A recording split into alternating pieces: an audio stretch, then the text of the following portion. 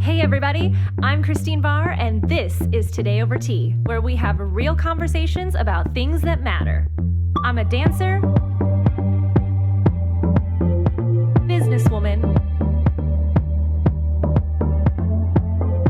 traveler, and host. And today we're creating an open-minded space with hopes of spreading awareness and education through similar experiences. I'm going to introduce you to some of the most passionate and knowledgeable people in my life. 2020 is the time to own who you are, reach your highest potential, and just love your life. Because let's face it, we're all going through something, but it's time to evolve as a society. We need to spread more kindness and love for each other and this planet. So let's start the conversation.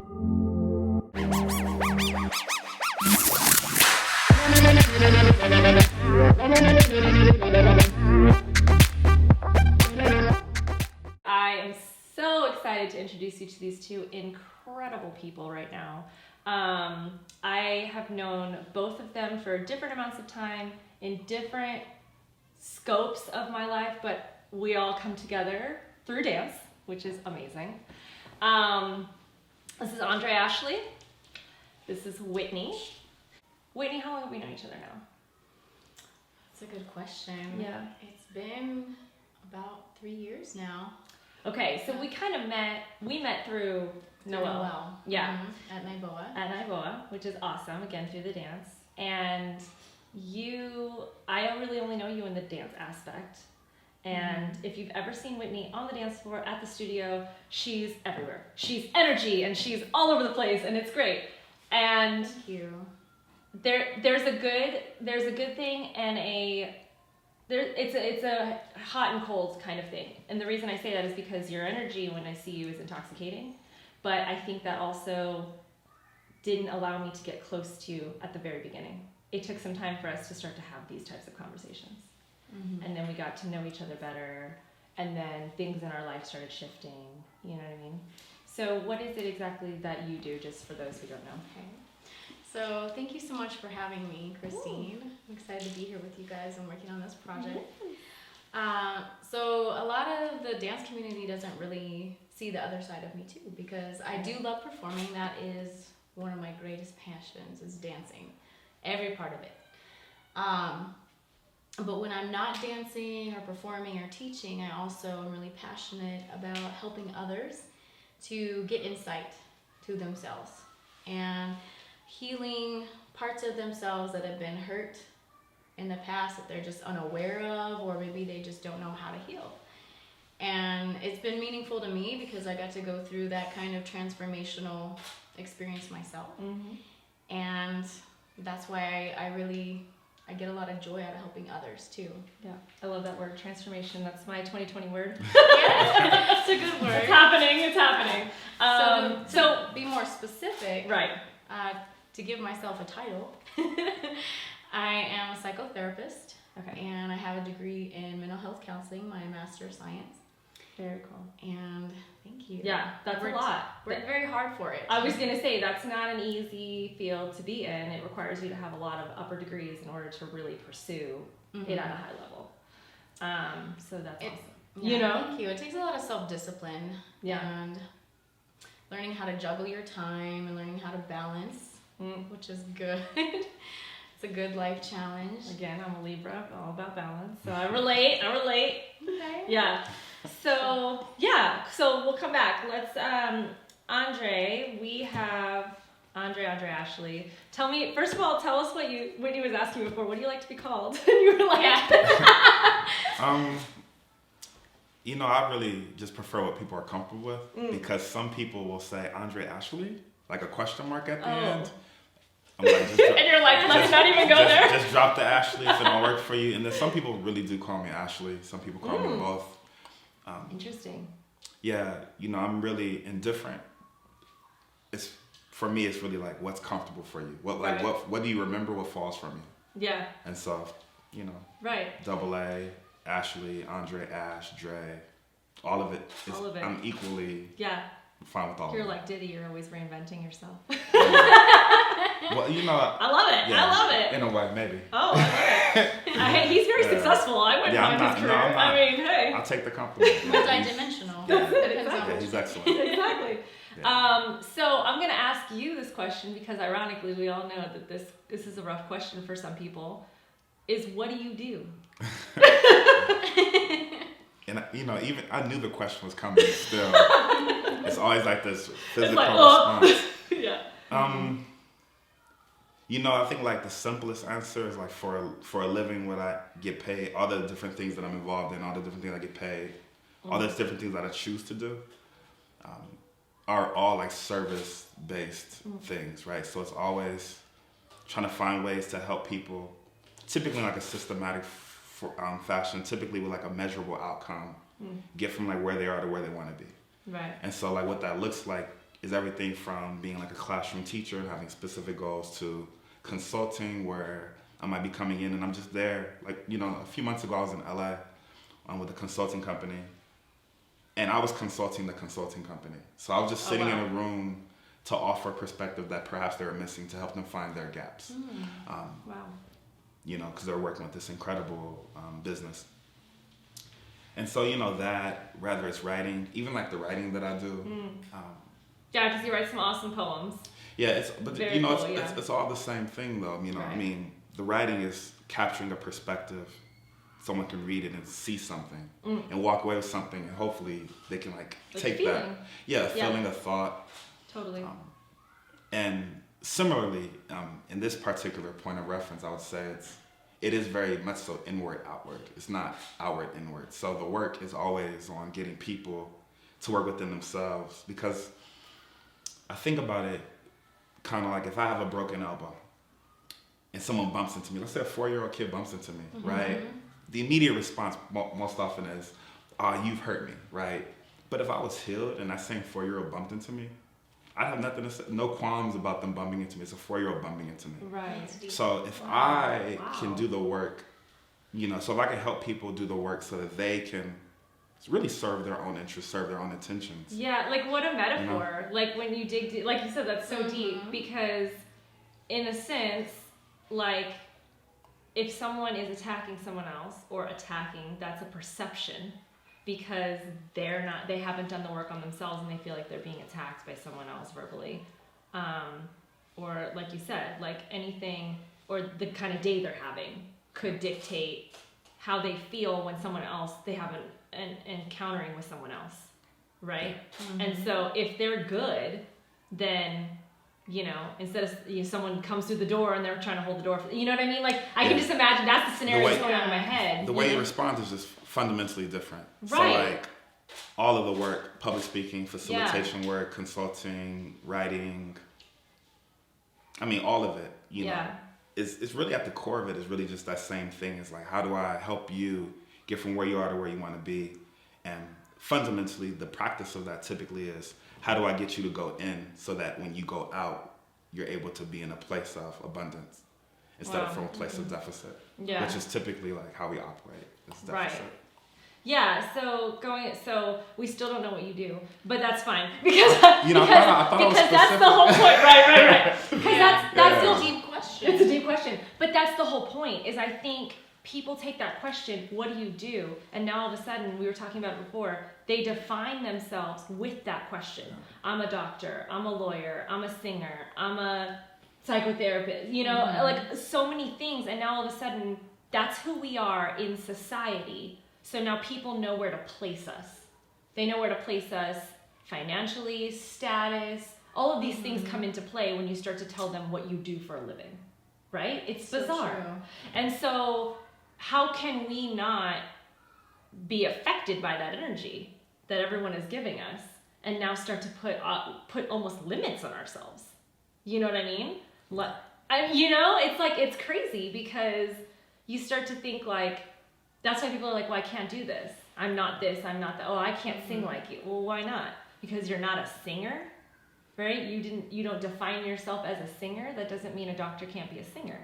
It's about those expectations that we adopt from the outside world whenever we share pieces of ourselves and we show our vulnerability. And so that was kind of the first place that my mind went when I was thinking about the topic today while driving over. Oh, yeah. Because a lot of times if we are talking and focusing on fear today, I think a big part of fear itself is about a longing to be accepted. Mm-hmm. And so if we're afraid to take a risk and afraid to move forward or admit that we want to be a singer or that we want to be a dancer or that we want to pursue a degree or a new career, we might be afraid to admit that to the outside world because we're afraid, well, if I don't succeed, then I'm going to feel disappointed. Right. Or what will people think? Right. Yeah, almost like Sorry. if I take on this title or just this idea and it doesn't play out by like societal expectations, then somehow it reflects that I wasn't enough. Right. And that's not necessarily the case. I No. mean, there's a lot of things, I would argue most things probably are really a matter of timing, you know? I think about somebody as simple as, take recent presidents. Trump ran for president, a couple decades back. Yeah. He had no chance, just bad timing. Obama could not have ran. Had Obama been born 20 years prior to, we might not be discussing this man today. Wow, that timing, so would it have been an inadequacy had they just been in a time that didn't afford the opportunity? Syzygy, right? Like the perfect alignment. Yeah. We do undermine how often things go right. And that's problematic because for me to get here safely, a lot of things have to go right. For me to make it anywhere. I know, I was just reading that something on Facebook that was going around, like everything, was something about we underestimate the importance of, or the gratitude of getting home to our house safely every night. We just walk in and we're like, oh, we have all these things to do, and we got the, you just, like, your mind goes in a whole different direction instead of being grateful that you made it home safely. You know? It is about that mindset. Right. And I like, Andre, that you share that it's about the way that we think about it, because it's not even just about the gratitude, but we have to think about our failures with the mindset of, do we give ourselves permission to fail? Do we give ourselves permission to look at it as a learning experience and a growing experience instead of, holding it against ourselves for not succeeding? Because there are so many variables, some within our control and some not. Oh, totally. It's true. A lot that are not. A lot that are not, yeah. Recently, a friend of mine asked me, how have I been feeling? What have I been practicing? Like, those are like questions we'll ask. And so one thing I've been conscious about is giving more, greater reign to like the child in me, to like be the child in me. Like giving that child in me more permission to just unapologetically, unabashedly just be that child. Yes. And I think like that, I think in metaphors, so the metaphors are coming. No, but I love metaphors. Yeah. So the reason why I think that's beautiful is when I watch like my younger cousins, like my young cousin Nala Queen, when she's little, she's learning how to walk. I would never think that the process she's going through is because she's lacking something or that her, let's say failing time and time again for months to learn how to really master the art of just walking. Yeah. Nah, we give her full reign to go through that process. I wouldn't look at her as a toddler and go, you're not this. Like you're infinite. Like whatever, we have no clue how infinite you are. But you're saying once we become an adult, then all of a sudden, all of these things, we have all of these limitations put on us. It's By the permission. Who? Yeah, the permission. And granting ourselves. Yeah. Because we have to love and accept ourselves regardless of whatever society will have to say. And especially if you're out there in a performer's capacity or just putting yourself out there in any career, really. Yeah. I was going to say, I think since we all have some form of entertainment or art that we put out there, it becomes, we know what it's like to really put ourselves out there. Yeah. But I think same thing, like a doctor that goes into the operating room, like, this is your stage, like, here you go, So it's the same thing, but that's interesting that you say that about just the childlike, because that's kind of like where I am with this whole podcast, with my life right now, is just trying to understand. At first it was like the balance between accepting what society needs me to be and then being what I want to be, right? But now, right, new year, new me kind of thing. And now all of a sudden I'm like, you know, we're going to keep it PG, but like F society. Because you're kind of like, I don't understand. Like, what are we trying to live up to? Or why, because everyone says this is how it's supposed to go, and you're going to be the crazy one that's going to go off and backpack through Europe, or you're going to be like a digital nomad, or do whatever it is that they think is a little bit, you know, off the rocker. You're like, why is that not okay? Because I see it as like 2020 is giving the opportunity of our generation to now make money, make happiness, and all these things in so many different, we have so many options, right? Mm-hmm. So why would we not take advantage of those options, right? And, you know, Noelle and I just got engaged, so it's like, oh, so you're planning your wedding, and then you're gonna have kids, there's like this like order of life that I'm just like, if I want to participate in it, sure, that's fine. Yes, we're planning our wedding, it's gonna be great, kids are gonna come down the road, like that's fine. But why is it that I have to jump to thinking of, you know, why does it have to, or why can't I do it in a different order? Yeah. You know, or why can't I just take 3 months and do something completely different? Mm-hmm. You know, luckily I come from a family that's very supportive, but a lot of people, they just look at you like, then you have to explain yourself. I hate explaining myself. That's interesting that you use those words, because you say you have to explain yourself. Right. And then it comes down to that acceptance that we all have to work on. Is that, do we have to really explain ourselves? Right. No, we shouldn't have to. Yeah. But we have that desire. We have that desire. Because it comes down to that desire to be accepted, that human need to feel belonging. Or to validate, like, I'm not crazy. This is why. It's not like I'm trying to change their mind and say, you should come with me and do it too. Right. But it's almost like, it's like that balance between being a part of society, you know what I mean? Finding your tribe in a sense that understands you, but still there's always going to be those random people that you're going to associate with, whether they be clients, whether they be, you know, people you work with, and that maybe just won't be on that same vibe as you. And there's no judgment there coming from me, but our conversations will be limited. I mean, to the point now, because I'm tired. I'm just tired. Yeah. Your quota's been met of the justification. It is. Well, it's what she was saying about the permission part. Yeah. I mean, you know, it's like, you know, shout out to my wife. She's so tight. She says like, who I still haven't met yet. We're not even going to get into that. Oh, that's a conversation. Yeah, that'll come. She sounds really amazing. But she was like she's enough, and she's deserving of taking up space. You know, without reason. Right. Right. Like, just her existence is enough. Like, and that's, you know, it takes work to get to a place like that. You know, and, you know, all of these things are practices, right? Because if I practice that at 12 o'clock, but 12:01, someone walks in through the door and I stop practicing that, remembering that I'm enough, then I'm no longer enough. I immediately have downshifted or just shifted. What, to accept the new person that's in your space, or you know, whatever the context is, you know, that like children aren't old life, but we as adults, we might choose to procreate with somebody and then have a child. Like they didn't sign up for that.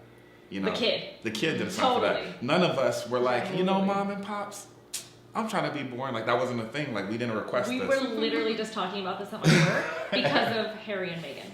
Oh. Like, to a T, I think it's incredible what they're doing. I think a lot of people are saying that they think it's inappropriate or he shouldn't be doing that. And I'm like, you know what? He didn't choose to be born as Diana's son. He didn't. And I still think he's very appreciative of that. But at this point, he has a new family that he is trying to protect and that he is trying to enjoy. And if, you know, his older brother has taken the reins and he's doing just fine and he's very happy with his life. But with Harry, it's like, I applaud him for standing up to something that is so difficult to accept that he wants to make this change in his life. I think like there's a debt that we often will have with people, and we tax people on things that we think we're owed, that someone owes me in honesty. I mean, I think it's part of the fundamental beauty that exists in every relationship of choice. You know, that of all the human beings in the world, of all, you know, it's like but we chose to be anything. I mean, friends, Yeah. you know, lovers, like whatever it might be. And to me, there's something really beautiful about that. And if you can be conscious that you're not owed that, to me, it keeps me for me at least, it keeps me in a state of practicing gratitude. Because I know that at any moment, the person could choose to not practice that. So when I meet someone on the street and I ask them, you know, how are you, how have you been feeling? And they choose to share that, or they choose to not share. I'm equally grateful because they didn't even have to even offer the non-share. They could have, you know, they could have been hostile. They could have been anything, you know, you know, I'm owed nothing. You know, really, I'm owed nothing. Yeah. And You bring up a good point, because honesty is a big form of intimacy. indeed. Because it is showing your true authentic self. And a lot of people aren't even comfortable showing their true authentic selves To themselves. themselves. Right. I was like, I know where she's going with Exactly. this. Yeah. And so this kind of brings me back to what I thought of when you said about being happy. So I don't want to foreshadow what I think, but No, please. I think share. it's important to ask ourselves this question, because we look at society and of course we want to be accepted, but when we get to a point where we're more self-actualized, if we're that lucky, then we get to ask ourselves, well, what's going to make me happy? And on that deeper level, what is my purpose in life? Right. What do I want to get out of this experience? What do I want to leave behind? Yeah. Yeah, I just think That's tough. I'm just having I mean, seriously, I don't even know. But I'm just having so many more and more conversations with people, especially like close family and friends right now, and I think I'm just getting a lot of mixed reactions. Like, the support is there, right? Go, do your thing, go to Europe, figure it out. But I think a lot of them also think that they're stuck in that society way, a lot of them. And they're like, well, but eventually you're gonna have to do this. And it's like, but why? I keep pushing the boundaries and questioning, because I don't think they know the answers of why they're doing what they're doing, right? We have a job to make money. Okay, that's fine. Why do you need the money, right? To pay your bills. Okay, what's your living expense? All of a sudden, you start to figure out what is really important in your life. Do you really need 3 cars? Probably not. Right? Do you really need to live in a big house? No, probably, and that's fine. And if you want that, that's fine. Like you said, what makes you happy. But I think me specifically, but Noelle and I are really on this journey right now to figure out first of all, how to have an amazing relationship. Because we've been working on that for 3 years. And my dad said to me the other day too, he's like, wow, I can't believe it's already been 3 years. And I'm like, oh, it definitely feels like 3 years for me. And not in a bad way. Right. It's been full, but it's also been, it's been like what you said to me when you walked in, it's been intentional. I have not, right? And that is so huge. I think people get into a relationship sometimes and they are like, oh, this is someone I'm attracted to. And we get along and it's easy, let's do it. You know what I mean? And then it's like, well, I want to end up with someone anyway. So yeah, I want to be married, and so this is a natural progression of life. But every single day, I have been thinking, how can I be a better partner to him, right? He's going to come home from rehearsal, I should probably have some dinner cooked. You know what I mean? Like, things that I wouldn't normally think outside of myself. He really likes this, let me get this for him. You know what I mean? Let me do this for him, whatever. Let me cancel that meeting because he's going to come home exhausted. Whatever, trips intentionally, meeting each other's families, like all of those things were done with intention. They weren't by accident. Now, of course, we had some fun, life happened and it was great, and I don't want to plan everything, but the idea is that I think with relationships, if you want to have a relationship that's going to last, that's going to be really healthy for both of you, that you're not going to feel like you're eventually weighing on each other, you have to both understand what you're bringing to the table and that you're doing it with intention to have a good future together, that you're building this future together. Does that make sense? And I am not by any means an expert on it. I am 3 years in, and it's going very well. But we're also right now in a very stressful time. And my aunt was asking me last night, how are you guys doing? And I was like, honestly, we're doing all right. I was like, but currently our relationship is not being nurtured because we have jobs, we're doing this, we're doing that, we're planning this, we're moving, we're doing all this stuff. But the cool part is that we have spent 3 years building an amazing foundation that this time can happen, and we know we got each other's back. It's beautiful. Right? It is. And I think that's such a rare space to be in. We were planning that from the beginning, like looking around at our family members, like, okay, let's have a relationship that is going to have this purpose. So then when shit hits the fan, we're not running in opposite directions, right? We're running towards each other, if not with each other, for support. But it sounds very much so on par with everything that's been discussed, especially what you've been talking about in regards to, like, essentially, how do I honor the fact that my life is mine? Yeah. And, there's a quote, and I wish I remember who said the quote, but, if you do not define it for yourself, it will be defined for you. And so if we are entering, let's say, relationships. That's just AKA society? Right, so like, let's say you look at a relationship, you enter a relationship. Yeah. How much of it is not yours? How much of it is the world's expectations or practices? How many of the voices are not even you and your partner's voice? Oh my God. How family's voices. Oh, totally. Influences. How many times, babe, he's behind the camera right now, how many times do people ask us, when are you guys moving in together? When are you guys getting married? When are you doing this? And I'm like, keep your nose in your own relationship. Like, what the hell? And, that's always, and everyone's like, oh yeah, just wait till you get married. Everyone's going to ask you, when's the baby coming? And it's like, but people joke about that way too much, saying they expect people to say that. And I'm like, why don't you stop people? You're the reason that people keep doing that, is because you're enabling them to speak to you that way. Like, I'm sorry, that's not okay. Even my best friend at one point, she was like, oh, you guys haven't said I love you yet? I'm like, yeah, no, it's not the right time.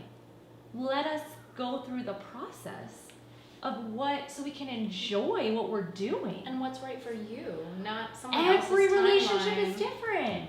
I mean, I just saw this girl on Facebook. She's a high school friend of mine. She went through her whole 2019 and she wrote down everything that she did. It's kind of like a recap. She got engaged. She got married. She had her honeymoon. She went on a European trip, and then she got pregnant. All in the same year. Wow. Right? And I'm like, good for you, girl. Like, that's amazing. While holding down her job and everything. And I'm like, that's phenomenal. For her, that felt like the right time. I think she felt like she was behind. Everyone else was getting married, doing their stuff, and she wanted to have a family. And that worked for her. And that worked for her. That whole thing, when I read that, stressed me out.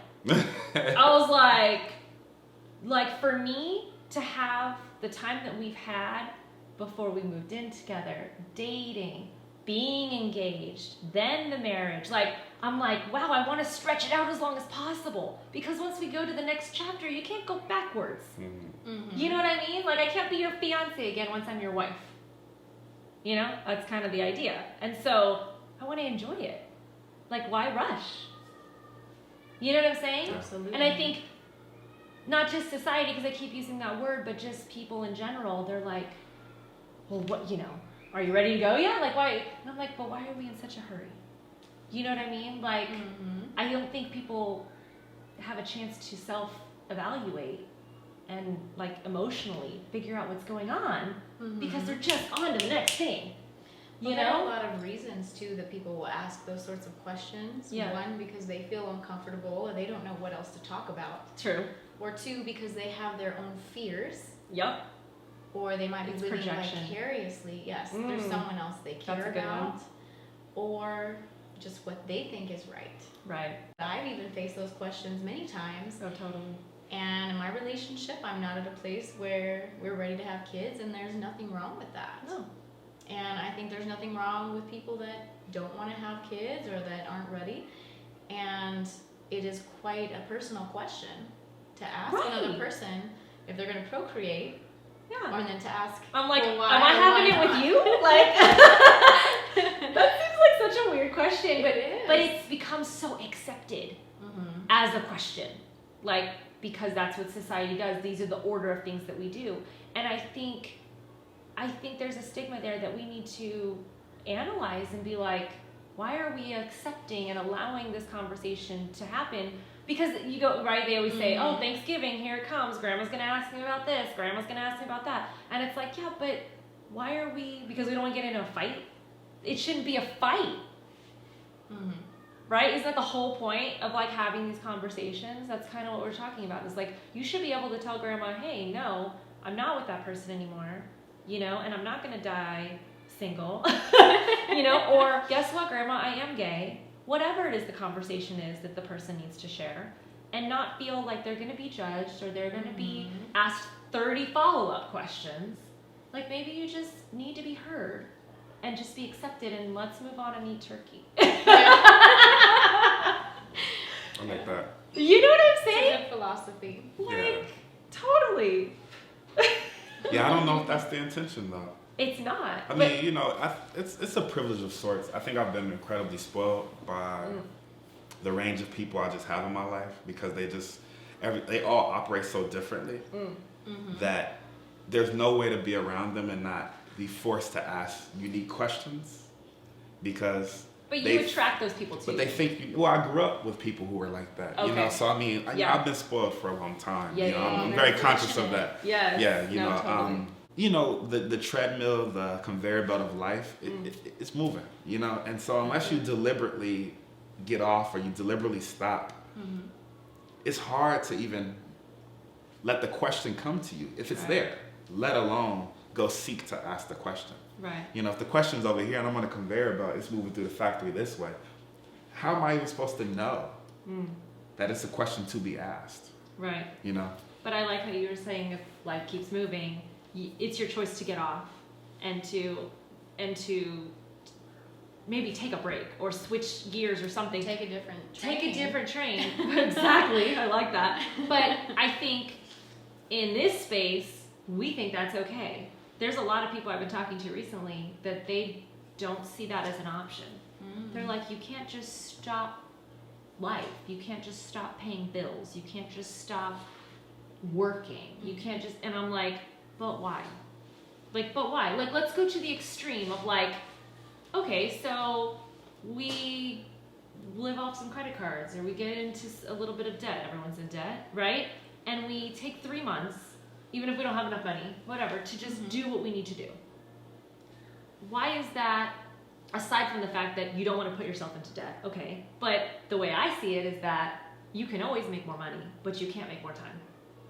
So true. Right? So we can find something that can pay off that debt later. What's the difference if I have the debt in 1 year, if I have it in 6 months, if I have it in 5 years? Who cares? Like, I mean, interest, okay, fine, find something with low interest. I don't know. You know what I mean? Like, because for me, my mental health and the way I'm feeling and the way finding your purpose, all the things you were discussing, of just stopping and self-analyzing, what's my next journey? I'm about to be a wife and eventually a mom and all of these things. I need to know who I am before all that happens? And I think that's recommended, right? So why 3 months of time to be able to give to myself as a gift, whether it puts me in a little bit of debt or not, that's almost priceless. It is priceless. You know what I'm saying? Like, and I think that's so frowned upon. And it's like, but isn't that the ultimate thing? Like, does it really matter how much money we have? Does it really matter how much debt you're in? Does it really matter how much stuff or how many bills, or, oh my gosh, you can't take time off work because they're not gonna, okay, so you lose your job. Like, that maybe wasn't the job for you in the first place. You know what I'm saying? Like, to ultimately have peace of mind, peace in your heart, figuring out, like, learning how to meditate. Like, I mean, all of these things that I just feel like people just don't prioritize because the kids have to go to soccer practice and this and that, and I have to pay this bill and I have to do this, and it's like, but again, we were talking about that before when you walked in, about we put those things in our life. We fill up our schedule Yes. with things that we think are important, and then eventually it just keeps adding up, and then eventually you're like, whoa, are these things really important? Like, people don't value their time anymore. You know what I'm saying? Such a true statement, and it easily happens. Yeah. Because we take for granted, like you said earlier in the conversation, sometimes we take for granted just making it home safely. Yeah. But the sad part and also the beautiful part about life is that because tomorrow is not promised to anyone, we have to ask those hard questions if we want to get the most out of life. And what's going to be fulfilling for you, maybe we share some of the same things, but we're going to be unique in what we find fulfilling with our time and with our adventures and what we decide to do. Yeah. And who we decide to do it with.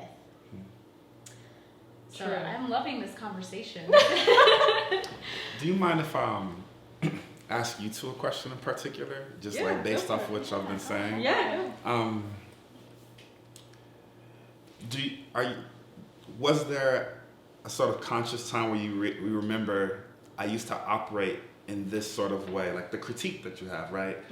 I for sure operated in this space, and then there was a shift. And like, do you remember that? And then if so, why did you shift? Like, how did you go from everyone, right, on, you know, in some sort of momentum of the world we're in, and then shifting and saying, no, I'm gonna stop, or I'm gonna question, like, you know how, like. I know what it was. Yeah. Go ahead. I'm sorry. I was going to say, do you need a moment? Because Do you need a moment?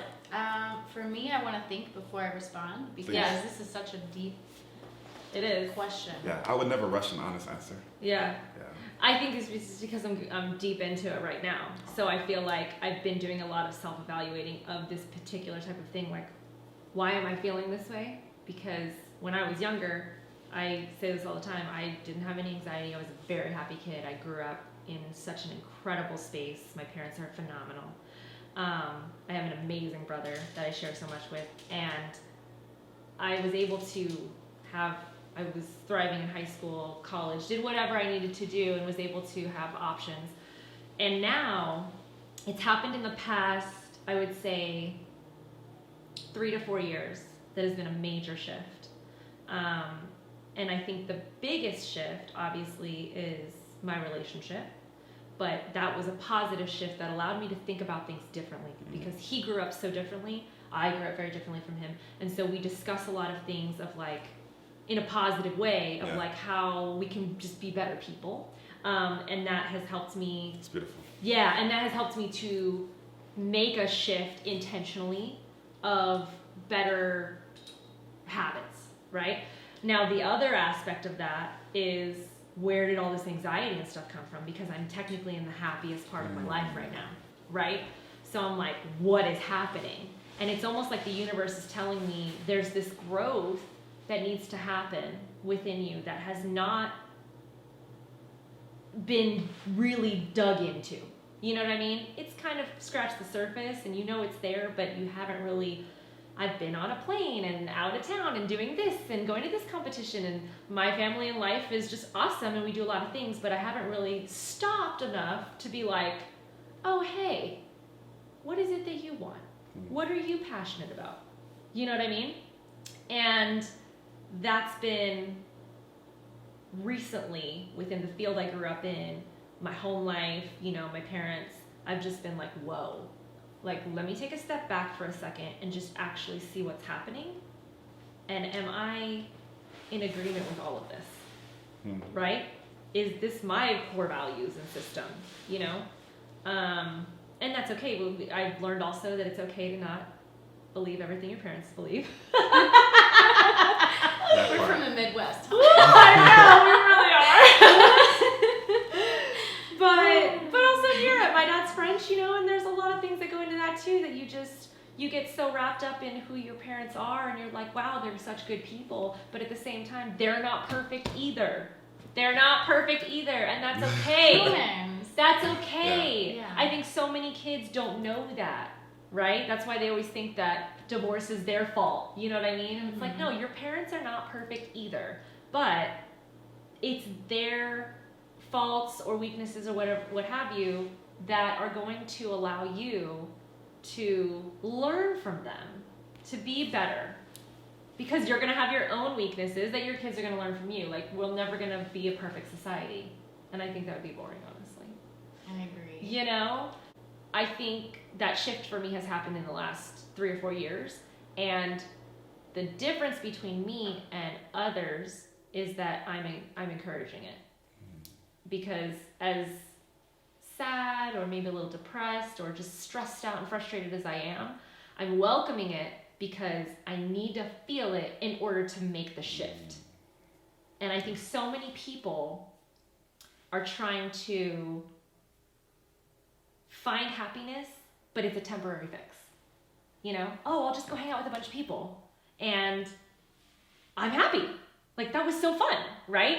But then you go home and you're like, oh, wait, but I didn't solve any problems, right? The root of the issue was not solved. I just distracted myself for 3 hours, right? And you think, but wait, how do you solve what's the real issue?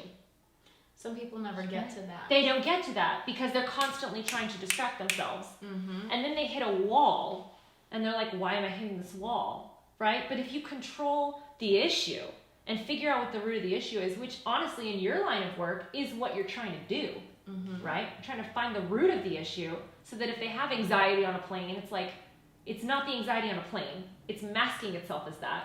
But what's really the problem? There are deeper things going on. What's the deeper thing? Yeah. So that kind of, right? I want to make sure you have a chance to finish up. No, that's it. I mean, that's good. Yeah. That brings me to a lot of. This is such a great question, by the way. Thank you. It is a great question. I love this. Y'all inspired that though. Oh, well, thank you. Yeah. Thank you. I feel inspired by you guys. Yeah. This is so great. So I too am from the Midwest. And Oklahoma, Kansas. Yeah, Oklahoma. I'm very proud to be from Oklahoma. Yep. I still do hold a lot of those characteristics that I'll always be proud of. Sure. But in my journey of finding myself, my transformation happens in levels. It's not just one night overnight aha. It's through different life experiences. And my first one happened when I moved to work on a cruise ship in 2007. And I had never lived more than an hour and a half away from my mom and my dad. And I was always looking to my family for approval and reassurance in my choices. And I still value intelligence a lot. But at that point I was thinking, okay, the ultimate goal for me someday will be to get my doctorate because I had a strong need to validate my intelligence. And I think a big part of that came from things that I would hear from my parents or from other people about blonde people being dumb. They're blonde. But I actually had attention deficit disorder. And I didn't know. My parents didn't really, it's not that they don't believe in mental health, but they didn't really understand it or explore it. And so it was a little bit more difficult for me to concentrate and pay attention. And I had difficulty with long-term memory. And I made excellent grades. I was very smart. So it wasn't really caught on until later. Interesting. Yeah, but it was just this internal thing that I always had to prove to myself. So anyway, in 2007, after I finished my bachelor's, I went and worked on a cruise ship. And what were you doing? So I was a master of ceremonies. Because I'm thinking, did you even dance at that point? Wait, I did not know how to dance at that point. Oh my God. I didn't have the... That's so cool though. Yeah. I was not quite confident enough to try dancing yet because I didn't have the right body type that I thought I should have for a dancer, or I didn't think I was coordinated enough. So again, that was my limitations that I put on myself of, I was told by a boy in 6th or 7th grade that I wasn't coordinated enough to be a dancer, and so I believed him. Oh wow. And I never tried it until how college. young we think about those things. So crazy. One boy, I think he was just, he didn't want me to become a dancer because he would have been insecure probably. Right, or whatever. But I believed him. Or maybe it was just a comment that was just made nonchalantly, with no intention, and then it's crazy how as kids what we remember internalize and those what messages. we take to heart. Yeah, so those were two internal messages that I had to overcome before I could even start to face myself and what is my happiness. So on the cruise ship, part of my job as a master of ceremonies was teaching people how to dance. And I had no experience in dancing. Oh my gosh! It was line dancing. That's wild. Oh my the boot, scoot, and boogie and the Cupid shuffle. And I said, you know what? I want to work on a cruise ship, so I will learn Totally. dance. It's worth it. Yeah. And I And you stepped up to the figured plate it and out. I learned how to do it. And I was like, I really like moving to music. What did you just say before she walked in about how we get so creative if we have if we're backs against the wall, you have to figure it out. Under challenging circumstances, you'd be surprised what comes out of us. You get to be creative. Oh, Yeah. totally. So it was a really fun, life-changing experience, and it educated me in other ways that college never really did. Oh, love me some real life experience. It was beautiful. That's the best teacher right there. It was, and after that, I was in a relationship already at that point, and we were looking to get married, but I moved to Chicago with him, and after a month of living with him, I realized I don't want to spend my life with this person, but I love this city, and I want to find myself here. So I had a really good job out there working in recruitment for college because I still believed in education being so important, and I do to this day. But I wasn't quite sure. I didn't start my master's because I didn't know what I wanted. So living in Chicago transformed me a lot. Thinking outside the box, not just... That's a big city. It's a big city. You're from a small town called Sapulpa, okay. Oklahoma. Yeah, wow. And very Republican, and wow. nothing wrong with that, but it's just very different. And so it caused me to open my eyes and interact with people from all different cultures and people who spoke many different languages, just like with the cruise ship experience. And so I feel like it sharpened my character, and it made me a more well-rounded, holistic person. Wow. And I found through that job of helping other people get into school that I loved helping people overcome the obstacles that stopped them from going to school. And it was that got me interested in more of the social work and counseling and empowering people to overcome their self-limitations. And so that was one transformation, and then the other transformation came when I finally realized, okay, I want to get my master's in psychology of some sort. I want to do helping. I took a dance class for myself out of self-love and like a gift of, okay, you're about to go through, get this master's program, maybe even a doctorate one day. I took a dance class, and I fell in love with dancing. And wow. God, dancing is so amazing, isn't it? Haven't been the same since. I haven't. And this was when I moved to Vegas in 2010. Is that I found myself in dancing, and I overcame my own limitations, and that transformed my life and helped me in this way. And I decided I don't care about getting a doctorate after this. I want to find a way to combine dancing and psychology. And so that's why I pursued this path, because now I get to do both of them. Yeah, at a very high level. But I think all of it sort of, talking about dancing, I think dancing sort of encapsulates everything that we're discussing, where when you say like the highest level of dancing, it isn't as aesthetic as people think. You know, it's not, oh, I did 20 different spins, you know? Oh, totally. It's not like we met each other. 100% agree with you. And then we got to know each other, and we honored each other in this space. Because I've danced, you know, there's people who are like, oh, I don't know how to dance salsa. I don't care, you like the music? Dope. We can dance whatever dance you want to dance to. Totally. To this song that's happening. But as long as you enjoy yourself, and we're good. But I think that's intention. Right. And if somebody's watching, and we all know this when we see people who are unfamiliar to the dance space, where they think everyone is a pro. Right. And it's like, nah, like, just get out there. Just go. But people feel like that in life too. You know, we're observing. The dance floor is 100%. You know, The dance floor is 100% the way life is. Yeah. The way people tiptoe into it, or the way they walk on the floor with confidence, like. Or justify it. I don't dance that well. I've only been dancing X amount of Right. months. So that if they mess up, all of a sudden they have a disclaimer over the whole dance, and it's like, but you don't need that. It's not that serious. It's okay. not that serious. I tell them too. I'm like, we're not solving world hunger. We're not curing a disease. Like, this is just dancing. Just be free. And I don't think people know how to release themselves to that. Again, it comes back to that childlike quality that we were talking about, right? They don't know how to.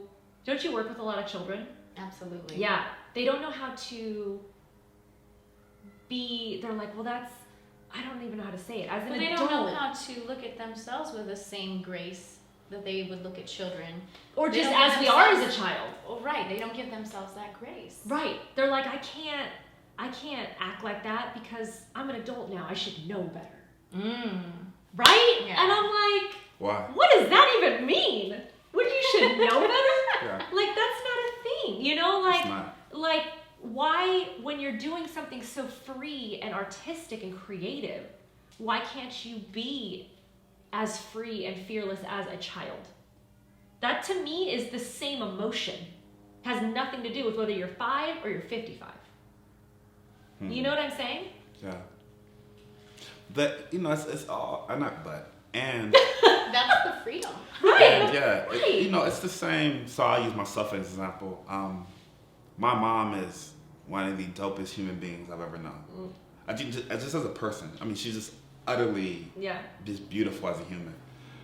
And yet, I find myself having to remember, one, she's a whole human being. So, we all have our practices. You mean she doesn't have another half? A better half? You know, nah, I mean, What like, kind of phrase is when I that? say she's a whole human being, like, I mean, like, I'm like, I'm a whole person. He's a whole person. You know, she's practiced certain things for a long time, and for her to practice something differently is actually the same childlike process as everything else. Yeah. And so the age is misleading. You know, Right. I mean, it's grossly misleading. The better question is probably how long have you practiced this thing? So if I'm new into self-love, let's just use that sort of blanket term.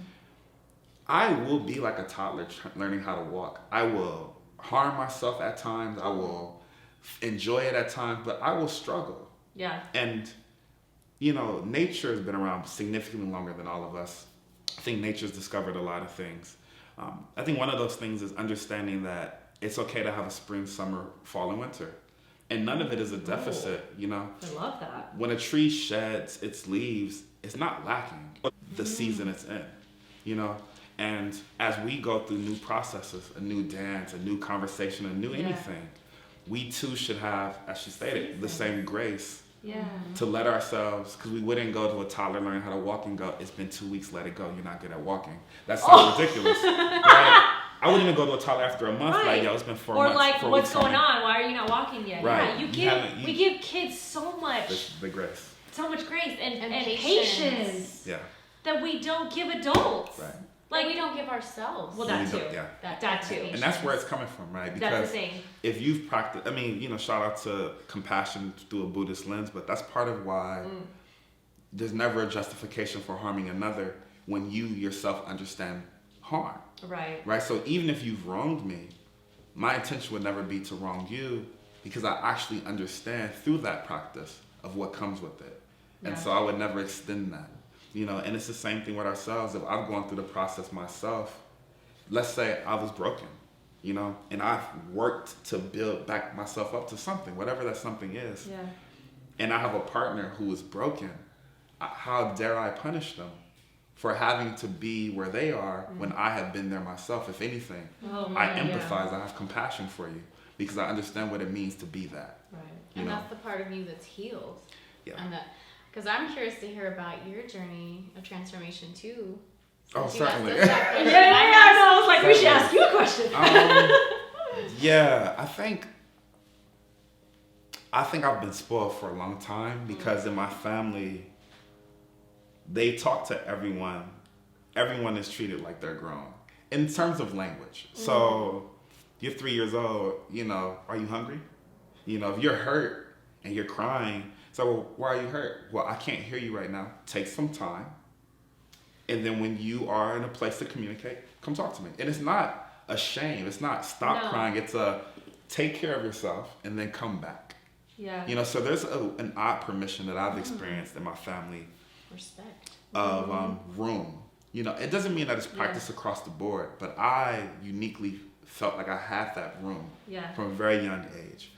And you had time to self-reflect is what it sounds like. Yeah, well, you know, my mom definitely kept me busy, but I've been writing since elementary school. Yeah. So for me, writing has always been a space that's mine, that I can be I remember writing in like 3rd, 4th grade, I hate my mom.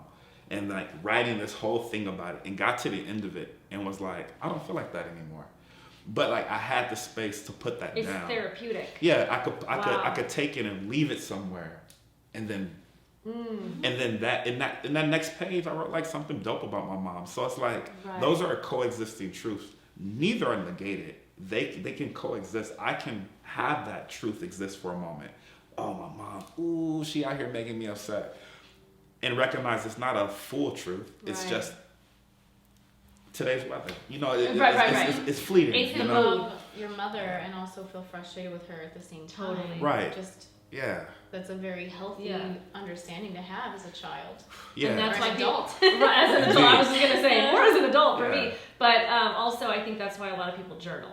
I've been trying to get into journaling because it's really hard for me. Even though when I was younger, I felt like I did a lot more of that. But now I'm like, as an adult, I'm like, God, who has the time? You know what I mean? Like I'm trying to do all these other things, and then on top of that, I'm gonna like commit to journaling. You know what I mean? But it's not meant for that. Mm-hmm. That's what people are telling me. It's like, no, it's supposed to be a release, not a burden. But this form of media right here is like journaling. That's because true. you are having a dialogue right about your thoughts and feelings and experiences. And absolutely. No, this has been extremely therapeutic, I'm telling you. Yeah, certainly. Me yeah, too. no, 100%. Yeah. So I think I just had to come up. I think I went to magnet schools. I'm from the hood in LA. Adams and Arlington, Adams and Crenshaw. And so coming out of that neighborhood, coming out of a family that's really eclectic. We got everything in my family from like pimps, drug dealers, pastors, teachers, commanders, degrees on degrees on degrees, dropouts. It's amazing. It's dope. My family is epic. That's crazy. And then you go into like this elite magnet school, but the magnet school was so diverse. I went to LACES, Los Angeles Center for Rich Studies in LA. And it was so diverse. They had like you're talking about black kids who lived on the hills above the Hollywood Hills, right? You're talking about poor black kids from the projects, rich white kids, poor white kids, rich Asian kids, just poor Asian. just the whole spectrum. Wow. And we were all going to school together. And one thing that was really beautiful about that school space is that you would be made fun of for trying to be like other people. Joking like them, trying to fit in like them. Like people would, it's the most positive peer pressure I've ever witnessed in my life. Wow. Where people would like rag on you for dressing like your friend. Like that's not you. Nah, what are you doing? Like you're and it's still, it came, there's a cost that comes with that still, because it's still the pressure part, right? So you're trying to fit in. Even if it's but you're trying to figure out who you are, and you don't know. Mm-hmm. So like that permission. So I feel like my life has been this sort of like rolling basis of a practice. Like I never really had a eureka moment, but I find myself constantly just discovering my wholeness and constantly having to rediscover my struggle has always been remembering. I think intelligence is acquiring information. Wisdom, intelligence is acquiring and applying it, but wisdom is the ability to discern when to apply.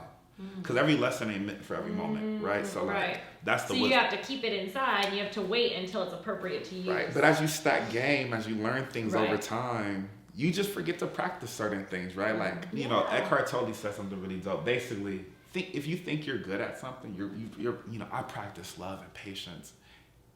Go back to your family and find out how much of a practitioner you are, because we have such a deep visceral attachment there. That triggers are really easy. I was gonna say the triggers, And so for me, I'm grateful that I dance, I skate, because when I dance, when I skate, I write. I have all these creative spaces because what it does is, for me, it's meditative. It allows me to be still, and it allows me to hear the disconnects, where I can sit and go, oh yeah, that wasn't their fault at all. Right. I projected. And then I feel like that's been the theme of this conversation is just projection. Yeah. And how we allow that to affect us.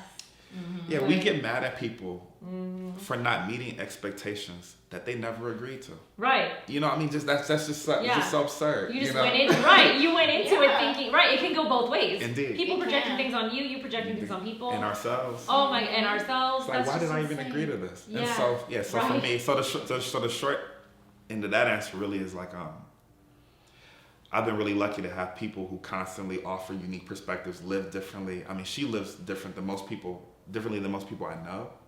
And so just like where she's at any given moment is just always interesting. I'm grateful that she's always honest and transparent, and she chooses to share that.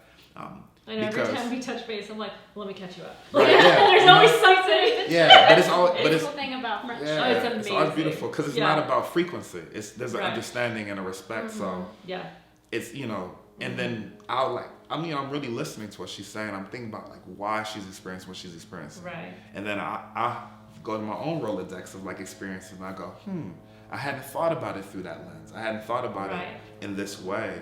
And so, it's like walking into a room with red tinted glasses, then walk back into that same room with blue tinted glasses. I mean, just the things that stand out are different, and to me that reflection is so beautiful because what it does is it allows me to go, I too am still learning how to practice. Yeah. And that room, knowing that my cup can never be filled, allows me to constantly say, or be open to when there's something to be filled. And to say, my room has cup, my cup has room in it. Yeah. Yeah. Which is true. We shouldn't, I feel like that's kind of a metaphor for an ego. Is that if it's full and you have no room to grow. You spill.